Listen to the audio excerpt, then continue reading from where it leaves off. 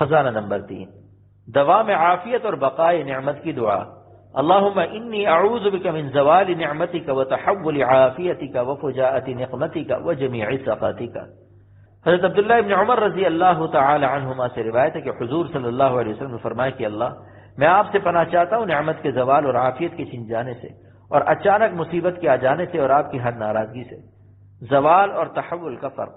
زوال کہتے ہیں کسی شے کے باقی نہ رہنے کو بغیر بدل کے، جیسے کسی کا مال گم ہو جائے مگر اس کے ساتھ دوسری بلا و مصیبت نہ آئے تو اس کو نعمت مال کا زوال کہیں گے۔ اور تحول کہتے ہیں نعمت بھی زائل ہو جاوے اور ساتھ میں کوئی مصیبت اور بلا بھی لگ جائے،